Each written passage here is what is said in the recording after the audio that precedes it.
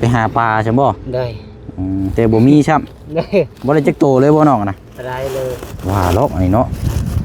นี่เนาะค่ากิโลอันนี้มดขาดล่ะเราเชียงกินข้าวเลยป่ะยังอยู่เนาะจักน้อยเพิ่นแหละก็กินมาแล้วจะมีหยังแน่ลูกล่ะมีแต่น้ำปลาใช่ลองเปิดเบิ่งอยู่หาบ่มีนมบ่มีไข่หยังคือเก่าบ่มีใช่เฮ็ดมีโอ้ยเนาะมันบ่ออกเลย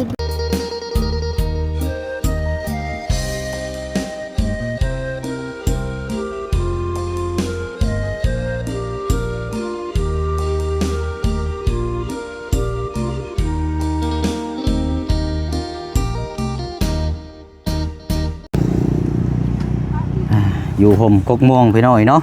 อากาศก็ร้อนเอ้าบ้านนี้พายมาเลยโอ้ยเป็นจังไดนะมาแล้วบ่ได้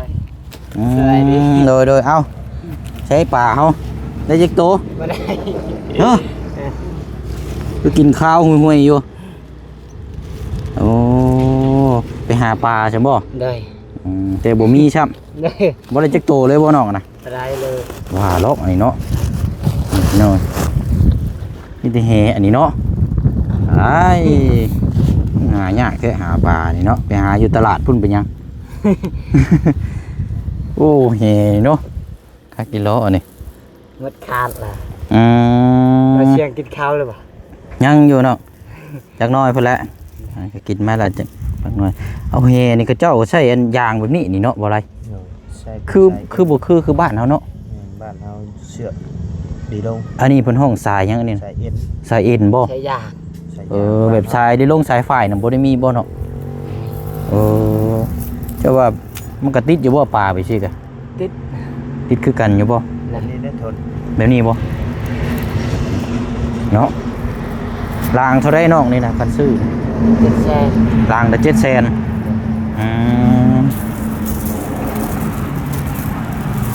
โอ้ยเนาะสิได้นี่นะจับนี่เนาะแบบใดสิบ่บ้านแฮบ่ได้เป็นได้ข่อยน่ะมีแต่กินอย่างเดียวได้ ยอมด้วยขันบ้านแฮนี่ตอนไปหน้าพ่อเฒ่าหน้าพ่อตาตอนที่เรายังบ่ทันได้เสียชีวิตเนาะพี่น้องเอ้ยตอนเป็นเคยไหมเอาง่ายๆซะเราให้จับแฮบ่มีเนื้อกินเอาลูกเคยเอาแฮลงไปบ้านป้ายอมรถพี่น้องหาทางเขาป้าหัวยันเราใช้บ้านแฮป่าเป็น แล้วก็ฮอดชั่วโมงนี้ได้เกิดเฮ็ดยังบ่ได้เป็นเลยบ้านป่านี่โอ้ยอมนี่เนาะต้องศึกษาใหม่ไปแต่เช้าเนาะบ่เมื่อกี้นี่อยู่ไสน่ะมองหานะน้ำเชไปน้ำเซทางบ้านเมืองจันทร์ไปทางบ้านเมืองจันทร์เข้าไปพุ่นบ่โอ้บ่มีแนวกินซับบัดนี้เนาะเป็นจังได๋ซับบัดนี้เอามาเยี่ยมมายามมาลิ้นน้ำหั่นแหละเอาเนาะพี่น้องเอ้ยสบายดีพี่น้องเบิดสุขุสุคนเด้อพี่น้องเนาะอยู่บ้านแกงจองเนาะพบเจอทางน้องเอ็ดกำลังมาแต่หาอยู่หากินแต่ว่าบ่ได้หยังซ้ำเนาะดีเพื่อสิเข้าไปเยี่ยมพยายามทางน้องวิน้ำแร่พี่น้องเนาะบ่ได้เข้าไปหาทางหลาเพิ่นนานเลยวันนี้ก็เป็นมื้อวันอาทิตย์วันหยุดแน่มื้อนี้ก็เนาะยังว่ากันพุ่นแหละเข้าไปเยี่ยมพยายามทางเฮือนเบิ่งเนาะเนี่ยเฮือนซานลานเป็นจังไดหลังคาฟ้าฝนตกมาหัวหรือบ่เนาะอ้ายก็มีแต่มีแล้วเนาะเอาอยู่บ่ต้มมีแน่เนาะเดี๋ยวเนาะมาเอามีพี่ก่อนอยู่ท้ายรถไปแล้วจักห่อ2ห่อแบ่งกันนั่นแหละใช่โอ้นี่ปิ้งยังชานี่บ่ไรปิ้งไก่บ่นี่ปิ้งไก่ซิโน่บ่นี่ไก่ตลาดดงเอาให้น้องเพิ่นแล้วละเจ้าบ่ซื้อนี่นะเอาให้น้องเพิ่นเลยบ่ไปอุ่นเอาเนาะโอเค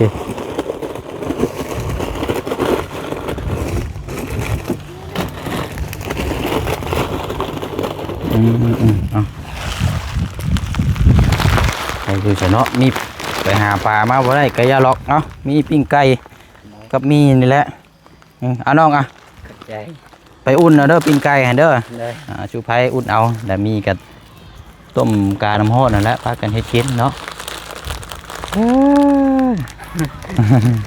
เอาโอเคเด้อน้องเด้อ ได้ เดี๋ยวมาเยี่ยมมายามไหมว่าอาจจะเข้าไปหาทางน้องวีก่อนวันนี้เด้อ ได้ มื้อนี้หากินบ่ได้มื้อหน้าหาไหมหาให้ได้มื้อหน้านี่บ่ยอมได้มื้อหน้ามันต้องมีแหละมื้อนี้บ่มันบ่เป็นมื้อของเฮาพี่น้องเอ้ยหาอยู่หากินกะคือเฮ็ดเวยกเฮ็ดงานนั่นแหละบางมื้อก็บ่เป็นใจบางมื้อก็เป็นใจมันก็แบบเดียวกันนั่นแหละเป็นเนาะตีความหมายกะอันนี้ก็คือกันเนาะก็แต่ว่าเฮาอย่าหยุดพี่น้องเอ้ยเฮ็ดไปเรื่อยๆหาอยู่หากินก็อิหยังก็แล้วแต่มื้อนี้บ่สำเร็จมื้อหน้าต้องสำเร็จมันมีหลายมื้ออยู่พี่น้องเอ้ยเนาะเอาเดี๋ยวพวกละพี่น้องเอ้ยพบเจอกันอยู่บ้านเฮือนซานของทางน้องวิเนาะเยี่ยมยามทางครอบครัวเขาเจ้าก่อนเนาะ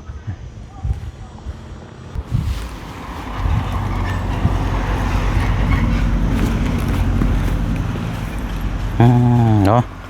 เป็นจังไรห่อนเด้อนี่พี่น้องเอ้ยลูกหมักมี่หมักขนุนเนาะเป็นเปียงเยอะนี่ห้องน้ำห้องในไฟฟืนดังกุกดังคาเป็นจังใดเนาะแล้วก็เกี่ยวกับทางสุขภาพร่างกายทางเมเรานำแน่แล้วไปหน่อยถามเบอร์น้ำกันเนาะวิอยู่บ่พี่อยู่พี่ ไปทางนั้น เอาสบายดิลูก สบายดี โอ้ยเนาะบ่ได้พ่อกันนานเนี่ยได้นี่เนาะ โดย บ่แม่นเป็นเรือนละบ่นานแล้วเนาะจนเป็นสาวแล้วบัดนี้ยังเฮียนอยู่บ่ลูก ยังเรียนอยู่ วันยังมื้อนี้ วันอาทิตย์ วันอาทิตย์มื้อนี้ก็เป็นวัน จันทร์ วันจันทร์เนาะ แล้วมากินข้าวหรือยัง ยังอยู่ลูก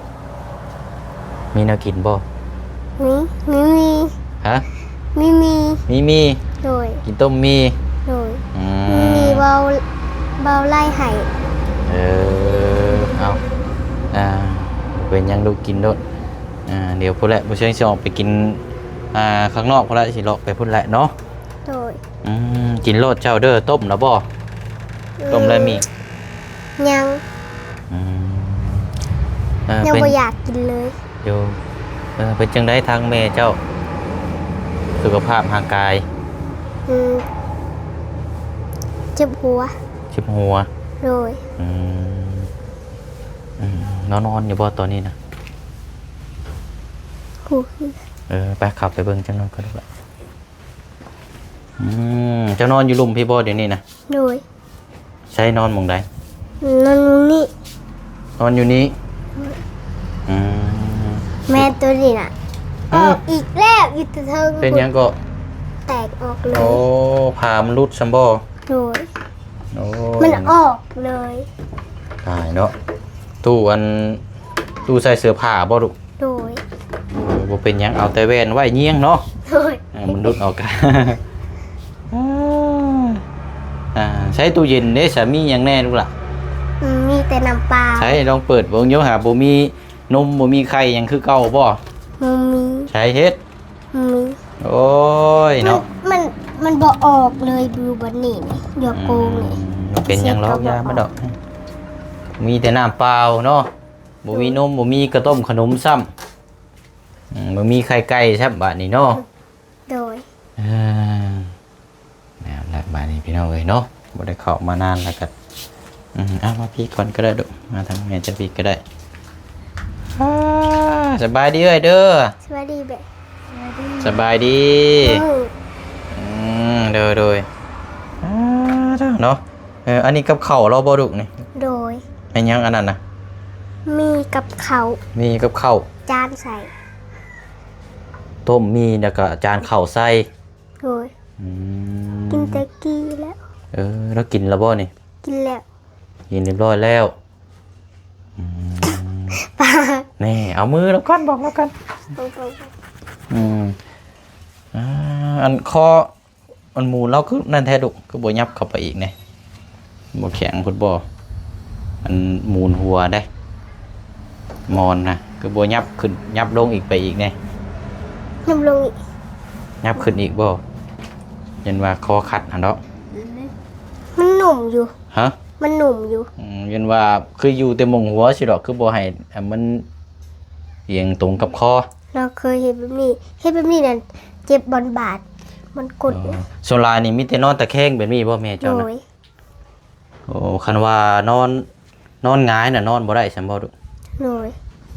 โอ้อืมก็อยู่เนาะเปิดหน้าต่างไว้ไปสิละดีแล้วเนาะ โดย เปิดหน้าต่างไว้ให้ลมพัดมาให้อากาศมันถ่ายเทออกไปสิแหละมันนี่อยู่เทิงพุ่นได้สะไผนอนดอก โมมี บ่มีไผบ่ไฟฟื้นเป็นจังไดบ่ได้มีปัญหาหยังบ่ยังปกติบ่ โมมีปกติอ โด ยู่ ยอ่ะออกมานอกพี่ก่อนก็ได้เนาะใช้ทางระบาวจะได้ไปใช่ละบาวเลโบ ไปแต่พันคนตายอยู่แต่พูด เราไปยังลูก คนตาย ฮะ คนตาย มื้อนี้บ่ โดยแล้วคนตายแต่เราอยากไป อ๋อแต่ว่าเพิ่นไปพางไปยังละบ่ โดย คนในบ้านเสียเนาะ โดยเป็นพี่น้องกัน เป็นพี่น้องเจ้านี่บ่ เป็นพี่น้องกับระบ่าวเนี่ย อ๋อเป็นพี่น้องกันกำละบาว โดย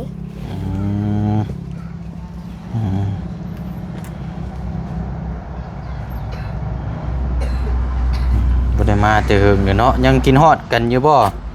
ยังกินฮอดละบาวอยู่บ่ กินหอดอยุ จำชื่อเบิดอะนะนี่เนาะจำชื่อมันบ่ได้แล้วนี่ ได้บ่เสียง แม่นบ่ แมน ในทีมงานได้ลูกจำชื่อไปแน่ บ่เตียงแล้วก็บ่ตูนบ่เสียงบ่าวเองแล้วก็บ่าวไล่แล้วก็มายังไงบ่าวแสงแล้วบ่าวน้อย แล้วก็บ่าวลาวแล้วก็มายังไง ลืมเลยได้เนาะ บ่าวบุญนนปลาแล้วบ่าวบุญชลวัน โอ้ย แล้วก็ ฮู้แล้ว ยังมีอีกอยู่ได้ มีอีกว่า ยังมีอยู่ บาวลี ม แล้วก็บาวยังมี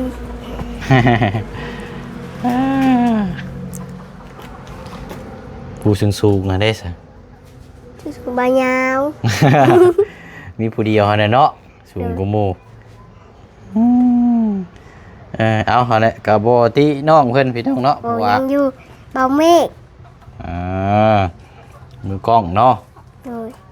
เพราะว่าก็บ่ได้เข้ามาหาทางน้องเพิ่นนานแล้วก็อยากดื่มในใดพี่น้องเนาะคือเฮาฮู้แหละเนาะในการสร้างการช่วยเหลือเสร็จสิ้นการนานๆทีสิเข้ามาเยี่ยมมายามเจ้าก็ยังตั้งใจห้ามใจเฮียนเนาะเป็นผู้ฮู้ผู้ดีคือเก่าพี่น้องยังขยันตอนนี้ก็เท่าเบิ่งแม่เดี๋ยวนี้เนาะ โดย ป้าได้สับไปไส ไปแล้วไปเลาะหาไปหาซื้อหยังนี่ละ ไปหาซื้อหยัง บูซื้อของกินนี่ละ คือหาอยู่หากินเนาะ โดย ใช้เบิ่งพาโลรีวิวเบิ่งของน้ำได้เป็นจังไดเป็นน้ำเป็นหยังได้สรุปดึงท่อมาพี่แล้วบ่ โทรมาแล้ว ฮะ โทรมาแล้ว ดึงท่อมาแล้วบ่ใช้ ช่องกอกเลย โอ้อยู่เทิงพุ่นเนาะ พักผีก็ได้ อืม พักผีก็ได้ ดึงพวกมาพี่บ่ ต่ออยู่นี่ โอ้ ช่องกอก น้ำประปานี่เป็นของครอบครัวเจ้าเองเลยใช่บ่หรือว่าของร่วมใช้น้ำทางนาบ่าว ระบาวเนี่ย หึ ระบาวกระซายอยู่ แสดงว่าใช้ทำกันแมันบ่ดุ โดยมึงเถื่อเราติ๊กน้ ติ๊กน้ ำมึงเถื่ออาบน้ำโดยระบาวเนี่ยเราบบักอาบอยู่ห้องน้ำเราเคยอาบน้ำห้วยสมางอยู่ ำอ๋อมักเคยอาบน้ำห้วย โดย โอ้กินหอมมึงมีแท้นี่บ่บ่แม่นมึงมีสุกแล้วบ่จักนี่บ่ มันมีชุกแล้วจังเนาเลย โป่ง มั เนาะ นมีแหลก ป้าโคนโตนอยู่นี่เนาะ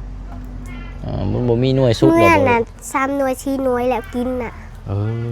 แซ่บอยู่บ่ บ่แซ่บจาง จาง เลยมันมีเหลี่ยเบิดเลย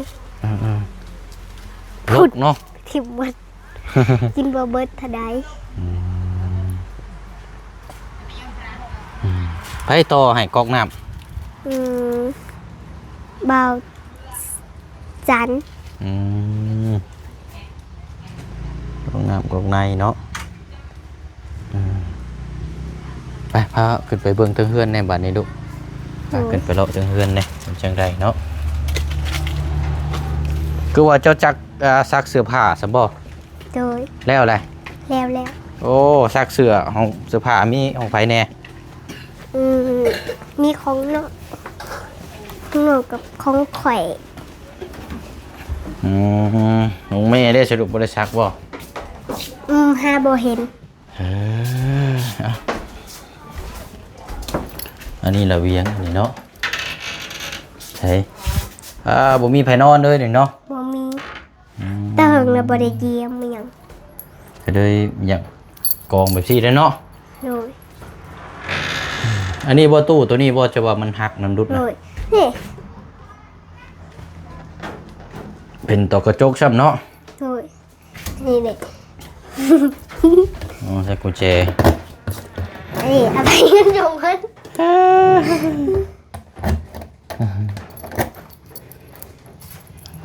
ตัวลุ่มเพิ่นเด้ใช่ ลมอ่ะ บ่มีเงินบ่ตัวลุ่ม บ่มีแต่เงินเสือ อืม สนอนสนะบอก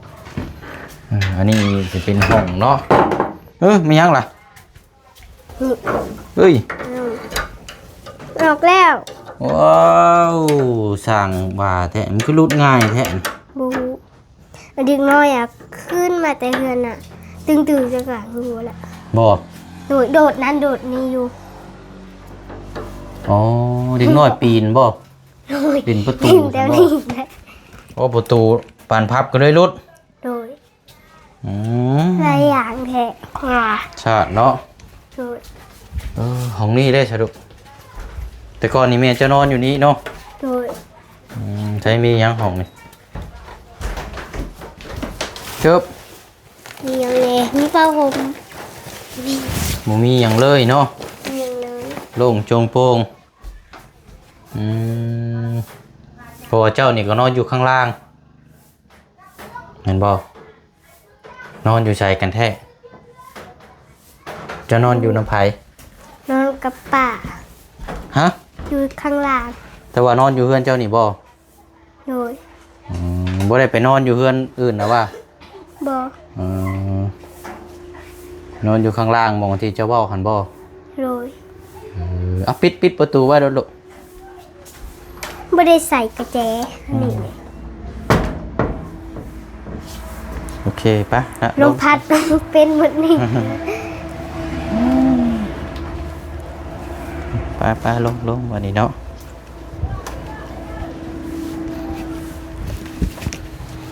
การหอนเอากินข้าวกับต้มมีเนาะ โอ้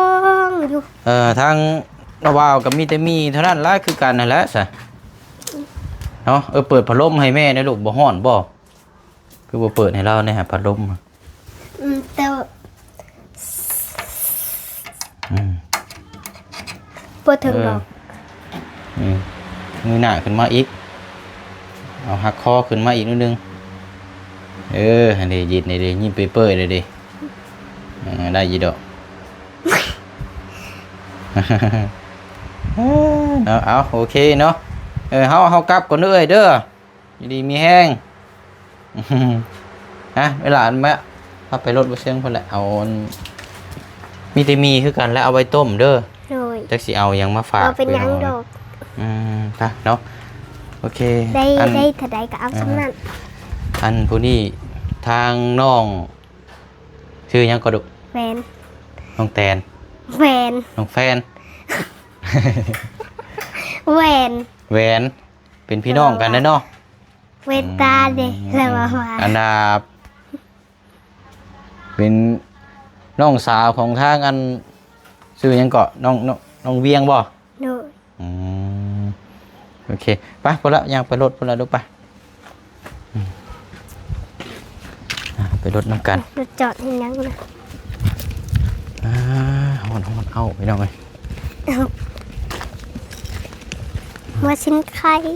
ป้าไปได้ใช่คือโบใส่เกิบไง บ่ โอ้ยเนาะระวังเหยียบตะปูเด้อ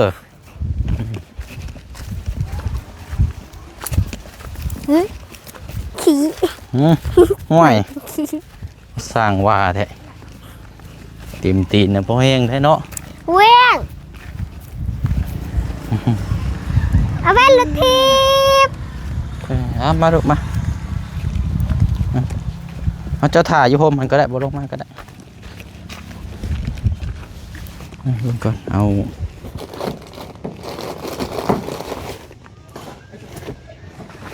มีเนาะ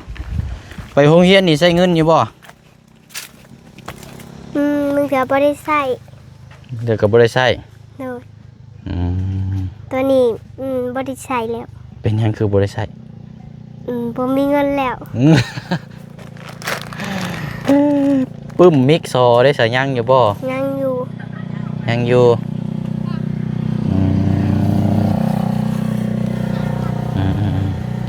โอเคเอาลูกอ่ะ ขอบใจ มีอยู่4ห่อเนาะ โดย แล้วก็รถก่อนพี่น้องช่วงนี้ก็ปัจจัยแห้งเหี่ยวแต่ว่าก็นี่แหละพี่น้อยเอาไว้ไปโรงเรียนเด้อ โดย ซื้อปึ้มซื้อมิกซื้อซอซื้อยูสกินนั่นแหละประหยัดเอาเด้อ อยากให้ปลาแน่ แบ่งกันอยู่นี่แหละเด้อ โดย เธอไปโรงเรียนพอบ่ได้ซ้อมปากหมู่เนาะ โดย เอาลูกเอา ขอบใจ โอเคเอาแหละมีแต่ว่าตามนั้นแหละเสียงสิได้เดินทางก่อนวันนี้เด้อ เดินทางปลอดภัย ขอบใจ มีอย่างอยากเว่ากับพี่กับน้องบ่นี่เอาฝากความพี่น้องคิดถึงเพื่อนแน่ลูกบ่ได้มานานเลย จะเว่าใด ก็เว้าแล้วนี่กินฮอดเด้อสิดอก ๆคิดหอดหลายๆแฮงแต่ว่าตัวนี้บ่ได้เห็นหน้าตาเลย นานแล้วเนาะ โดย หักแพงคือเก่า โดย หักแพงคือเก่าเดี๋ยวน้องวีใหญ่เป็นสาวนี่ก็สิจำบ่ได้แล้วบาดนี้เนาะ จะบ่ได้กันเบิ่งคลิปก่อน อย่าบอกเพิ่นเนาะน้องวิก็สิเป็นคนผู้ฮู้ผู้ดีบอกง่ายสอนฟังคือเก่าดอกเด้อลูกเด้อ โดยโทรศัพท์มันตื้ม10มันตื้ม10,000น่ะบ่เห่าค่าตื้มอันนั้นเป็นเดินนั่นเห่าอยู่หนูบ่ได้เห่าเลย โอเคเอาไปตอนนั้นเลยเด้อพบพ่อกันไหมเนาะสบายดีไปดูไปบัดนี้เมื่อเนาะเอาละก็มีเนาะนั่นแหละพี่น้องเอ้ยทางน้องวิน้องปูนาน้องไส้เนาะมาเยี่ยมมายามทางน้องเพิ่นก็ถือว่าพร้อมลงลายหรือว่าน้องเพิ่นยืดหรือว่าจังใดนะพี่น้องเนาะน่าจะยืดเป็นสาวและพี่น้องเอ้ยเนาะ8 9 ปี10 ปีเลยเนาะเอากับคำเบาคำจากันยังคือเก่าเนาะกับคำอ่อนโยนนี่แหละพี่น้องเอ้ยเนาะแล้วกับบ่มีไผไม่ได้อยู่กับแม่อยู่กับนาบ่าวเบาเดมโบคือเก่าแหละเอาเนาะมีอย่างเพิ่มเติมจังไหนจังว่าจังคุยน้ำกันอีกเนาะทั้งพอน้องเปียวกับสีได้ลำลาไปอีกคือเก่าเด้อเนาะขอตัวเดินทางกินข้าวกินน้ำก่อนเดี๋ยวพบพ่อกันในคลิปหน้าเนาะคลิปนี้บ๊ายบายเด้อพี่น้องเด้อสบายดี